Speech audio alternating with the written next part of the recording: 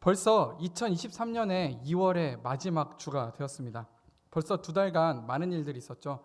수강 신청하신 분들도 계시고, 휴학하신 분들도 계시고, 또 뭐 입학하신 분도 계시고, 이제 이곳을 떠나서 다른 곳에 입학하게 되신 분도 계시고, 또 학생들은 그렇지만 직장인 여러분들, 또 30대, 40대 여러분들, 우리 가운데 많은 일들이 벌써 2달간 있었습니다. 2달 사느라 매우 수고하셨습니다. 정신 없으셨죠?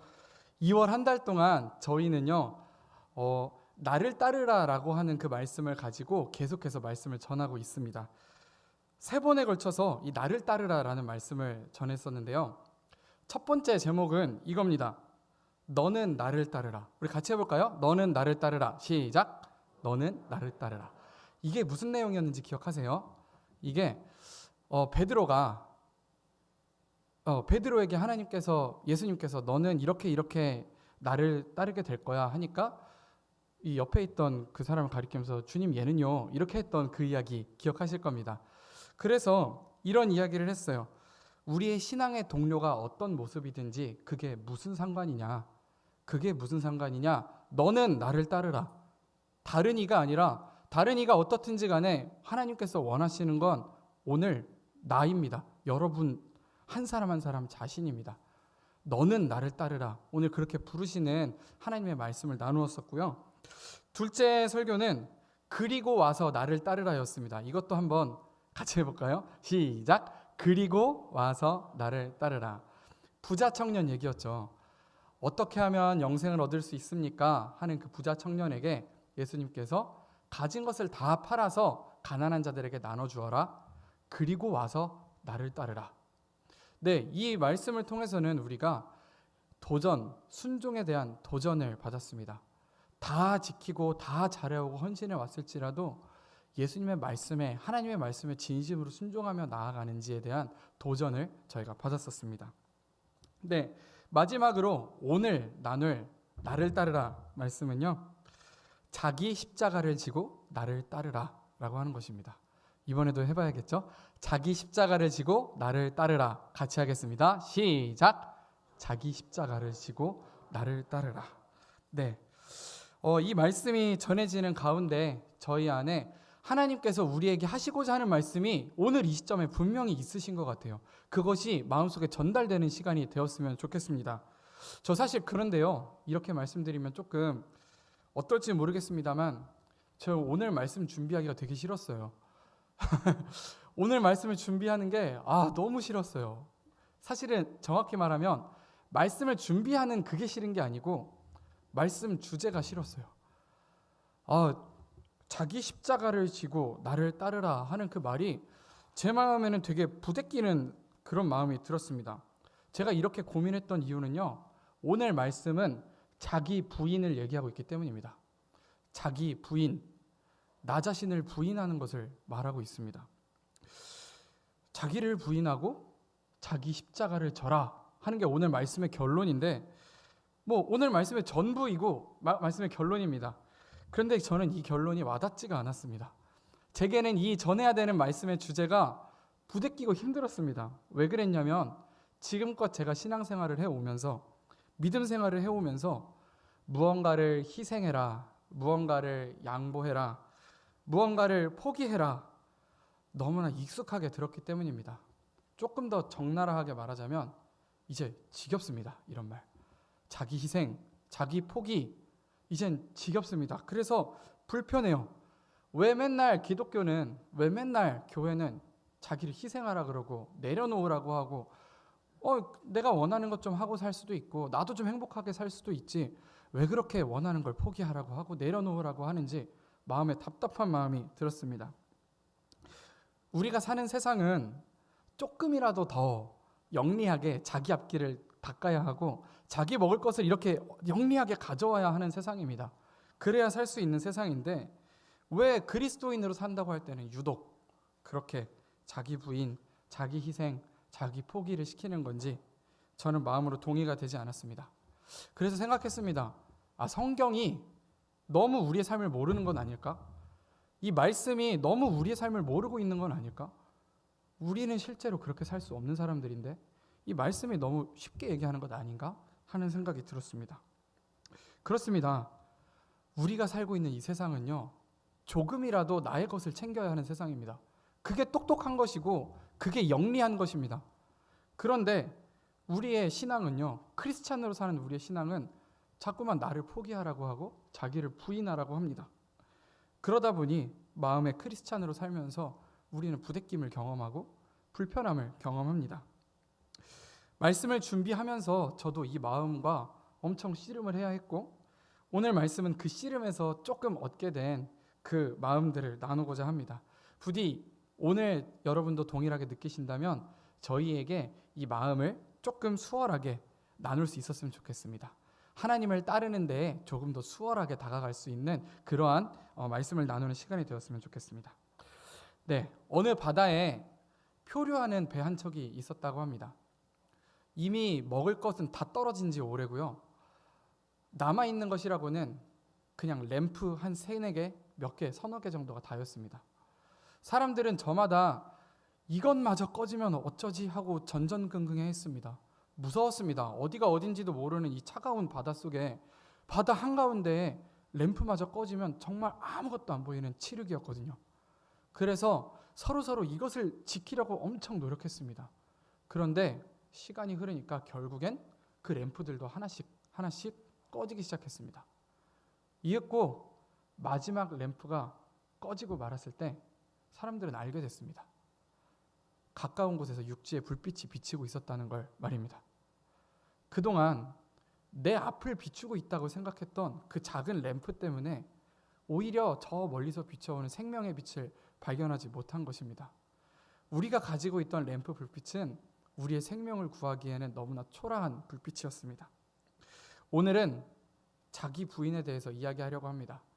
저희가 가지고 있는 불빛은 너무나 초라해서 저희의 생명을 구하기에는 작습니다.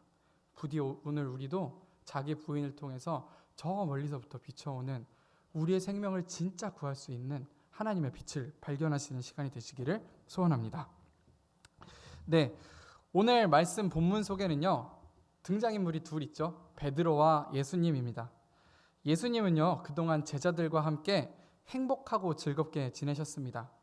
제자들도요, 예수님과 매우 행복하고 즐겁게 지냈어요. 같이 막 돌아다니면서 너무 좋은 말씀도 듣고 행복하고 정말 오래오래 그렇게 행복했으면 좋겠는 그런 삶을 살았습니다.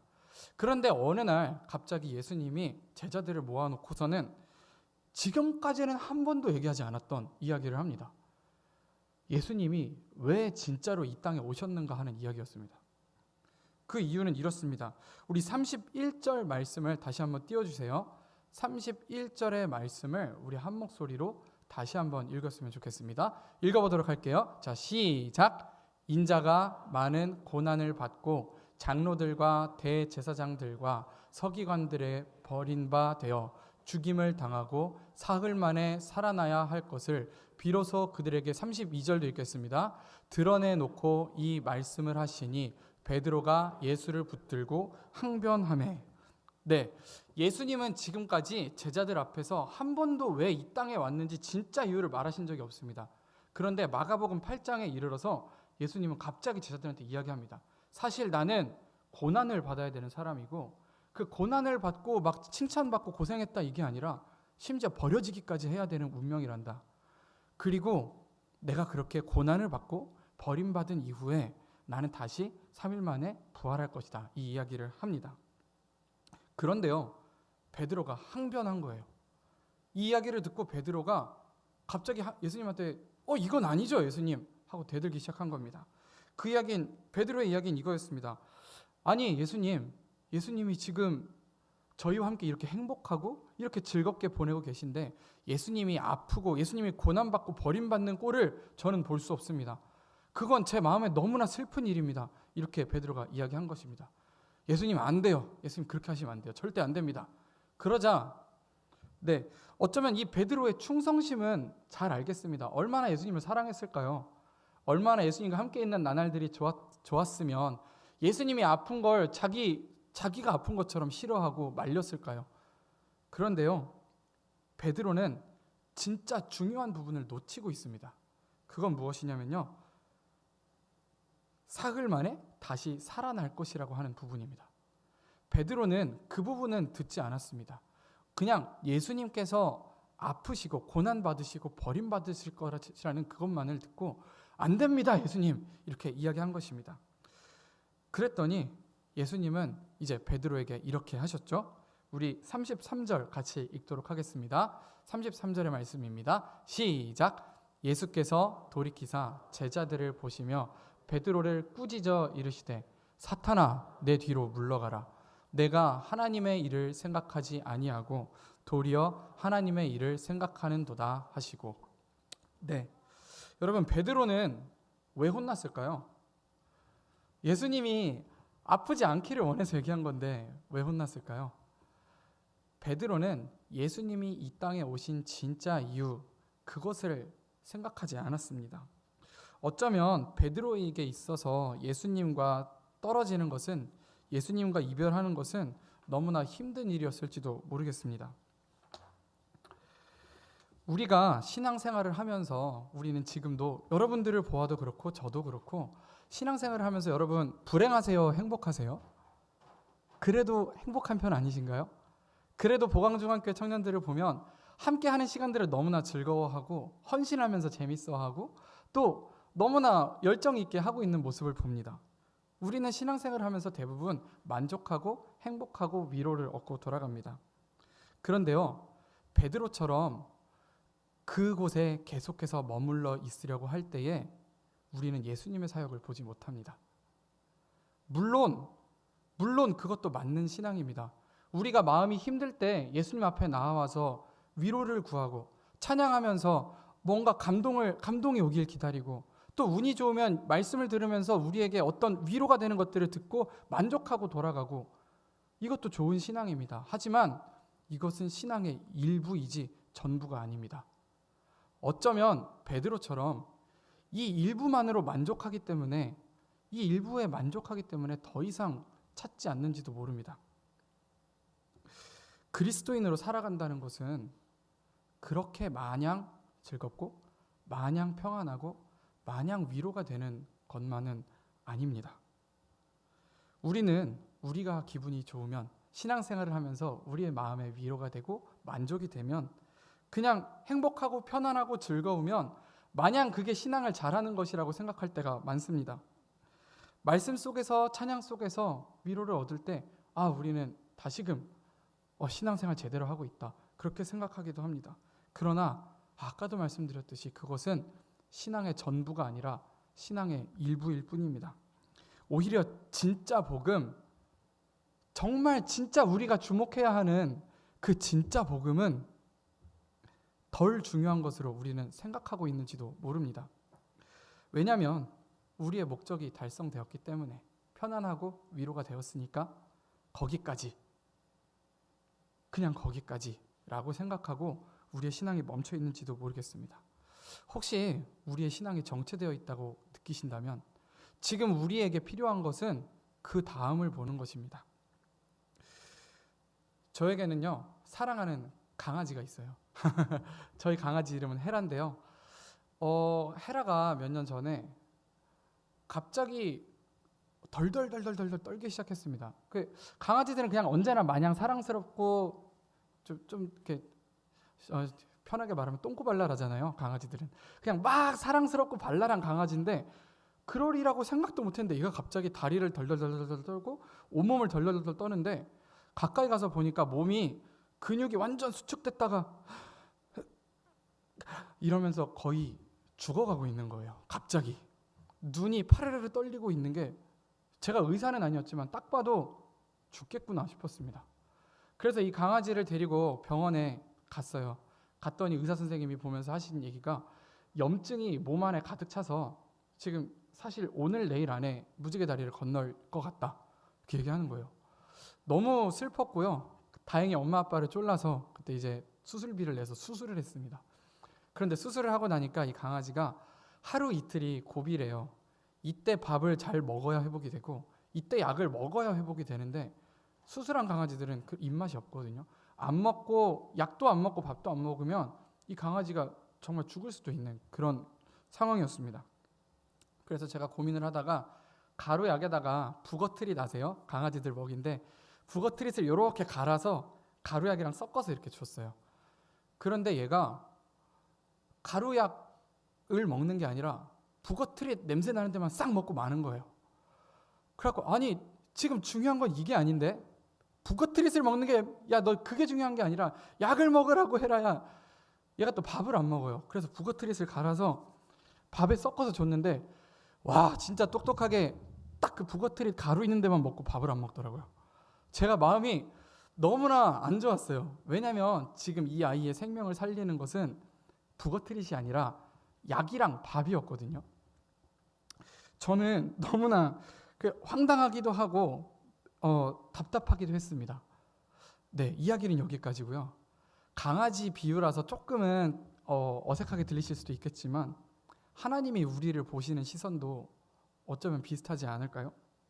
물론 너무너무 사랑해서 우리에게 위로를 주시고 우리에게 기쁨을 주시고 즐거움을 주시지만 그게 다가 아닌데, 복음의 내용은 그게 다가 아닌데, 진짜 우리의 생명을 살리는 복음은 그냥 그런 만족이 다가 아닌데 더 중요한 게 따로 있는데, 약이 따로 있고 밥이 따로 있는데 싹 그것만 먹고 사라지는 걸 보면서 예수님도 우리를 보면서 비슷한 생각을 하시지 않으실까요? 독일의 신학자이자 유명한 목사님인 본 회퍼 목사님이라고 들어보셨죠? 네, 본 회퍼라는 목사님이 있으세요. 그 본 회퍼 목사님은 은혜에도 두 가지 종류가 있다고 이야기했습니다. 하나는 값싼 은혜고요, 하나는 값비싼 은혜입니다. 값싼 은혜라는 것은요, 이런 것이래요. 그렇게 막 노력해서 회개하고 눈물을 흘리고 막 그러지도 않았는데 그냥 용서의 복음을 설교하는 것, 그다지 신앙의 훈련을 하지 않았는데 그냥 세례 받는 것, 우리의 죄에 대한 안타까운 통탄도 없이 용서 먼저 선포하는 것, 그리고 가장 대표적으로는요, 순종하지도 않았는데, 그렇게 열심히 순종하지도 않았는데 만족하고 있는 그런 은혜, 그것이 값싼 은혜라고 이야기합니다. 그저 복받고 행복하기를 원하는 우리들, 그저 우리의 마음만 만족하면 복음의 내용을 다 안 것처럼 무관심한 우리들, 그것이 바로 값싼 은혜입니다. 그것이 기독교를 값싼 종교로 만들어 버립니다. 조금 세게 얘기해보자면요, 싸구려로 만들어 버립니다. 쉽게 받고 또 쉽게 사라지고, 그러면 또 다시 와서 울면서 또 쉽게 얻고 그리고 또 쉽게 잃어버리는 그러한 신앙의 반복이 우리의 모습은 아닌지 생각해 보았으면 좋겠습니다. 하지만 여러분, 값비싼 은혜도 있습니다. 이것은 쉽게 얻을 수 있는 게 절대 아닙니다. 이것은요, 반드시 대가가 있습니다. 거저 얻어지는 것이 아닙니다. 그 대가는요, 무엇과도 바꿀 수 없는 목숨입니다. 목숨으로만 얻을 수 있는 값비싼 은혜가 있습니다. 그냥 적당한 헌신, 적당한 친절, 적당한 재미, 적당한 교제, 그걸로 얻어지는 은혜가 아닙니다. 복음의 언저리가 아니라, 복음을 겉핥기식으로 얻을 수 있는 은혜가 아니라 정말 진짜 중요한 부분, 그런 값비싼 은혜가 있습니다. 여러분 혹시 이 찬양 아시나요? 천국은 마치 밭에 감추인 보화, 아시죠? 네, 이 찬양을 쭉 불러보면요, 뒷부분 가사 혹시 아세요? 이런 가사가 있어요. 그 보석 발견한 사람은, 이 부분도 불러보셨나요? 예, 불러보시면 조금 뜬금없어요. 들어보면 그 보석 발견한 사람은 기뻐 뛰며 집에 돌아가, 박자가 이상하지만 집 팔고 땅 팔고 냉장고 팔아 기어이 그 밭을 사고 말 거야 전국, 이런 노래죠. 네. 그 집 팔고 땅 팔고 전 재산 냉장고 팔고 다 팔아서 진짜 내가 가진 모든 것을 다 갖다 팔아서 그 보물을 반드시 얻고자 할 만큼 그 보물이 바로 천국이라는 그런 노래잖아요. 우리가 얻어야 하는 값비싼 은혜도 그런 은혜입니다.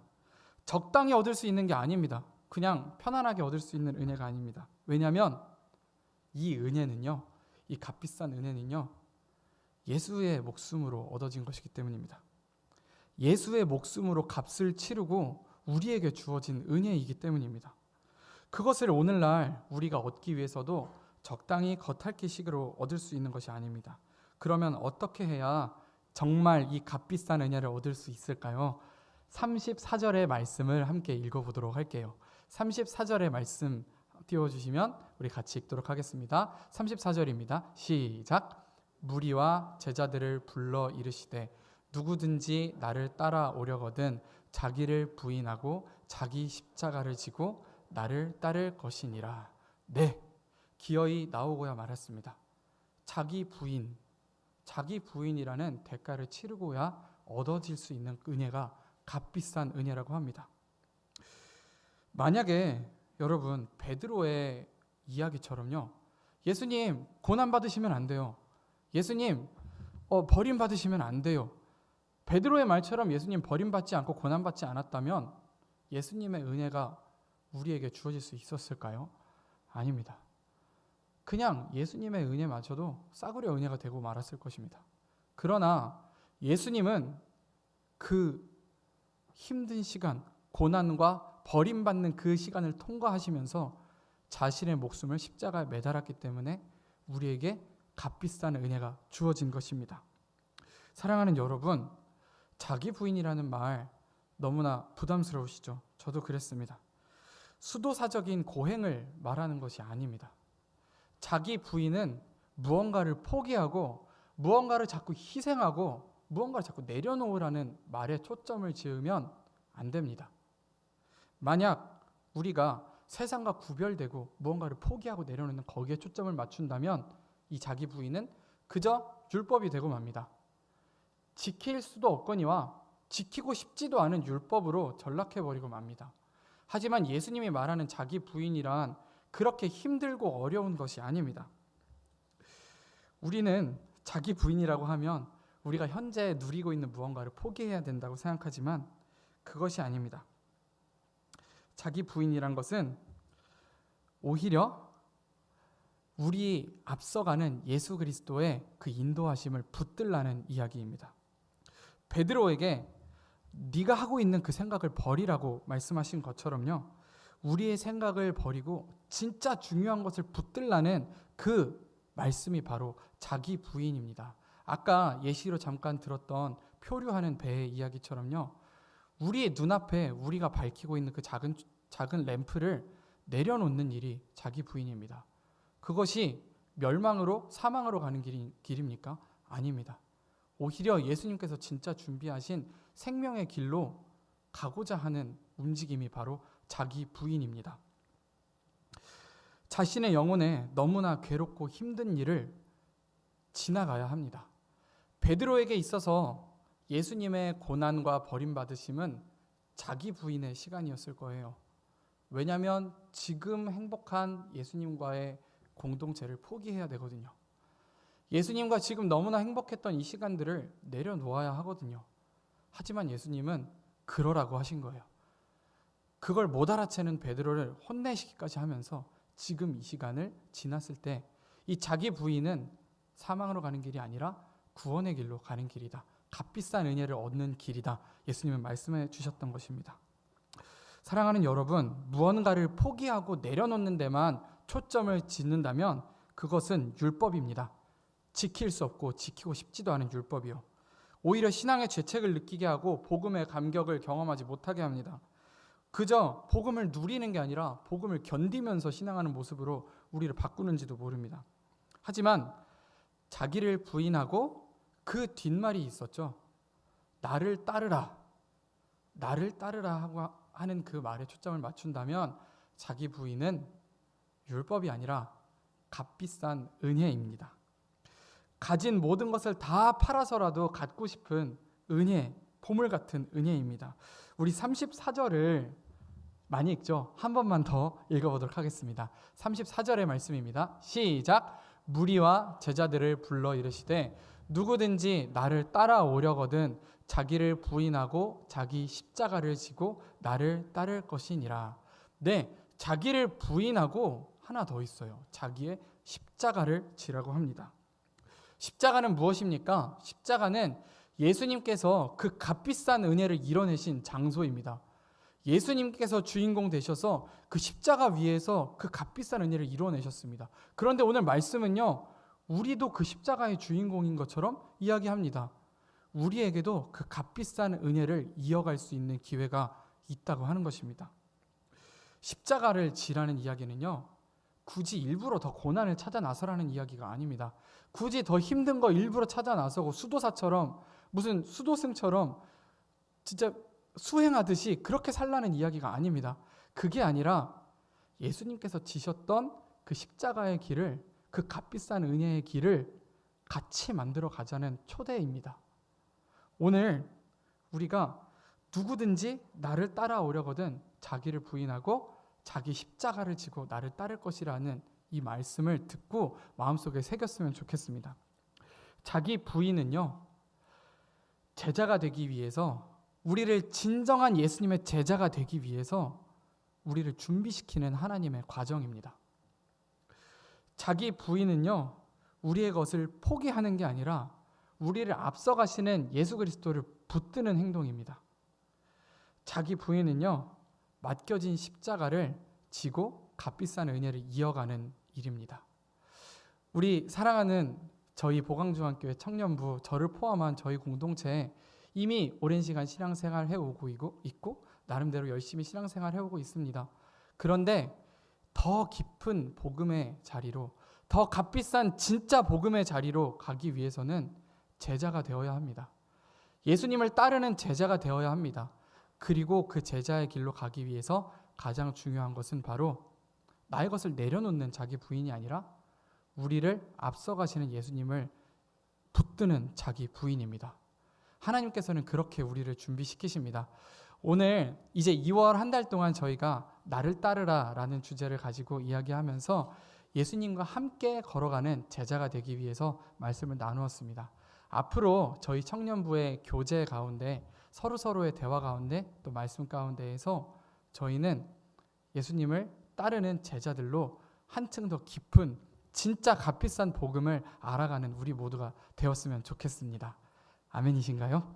아멘. 감사합니다. 제가 기도하도록 하겠습니다. 사랑이 많으신 하나님, 저희에게 값비싼 은혜를 허락하심, 또 저희를 값비싼 은혜로 초대하심을 저희가 오늘 나누게 되었습니다. 저희의 마음에 위로가 주어지고 저희의 마음에 기쁨이 주어질 때 거기서 멈추는 것이 아니라 진짜 예수 그리스도의 복음으로, 진짜 예수님의 제자로 더 깊은 성장을 이룰 수 있는 크리스찬들이 될 수 있도록 주님 저희들을 인도하여 주시옵소서. 2023년 저희 보강중앙교회 청년부 한 사람 한 사람에게 주님 준비하신 그 은혜를 올 한 해 함께 걸어가며 경험하는 저희 될 수 있도록 주님 인도하여 주시옵소서. 장성한 분량의 그리스도인으로 저희를 이끌어 가실 사랑 많으신 예수님의 이름으로 기도드립니다. 아멘.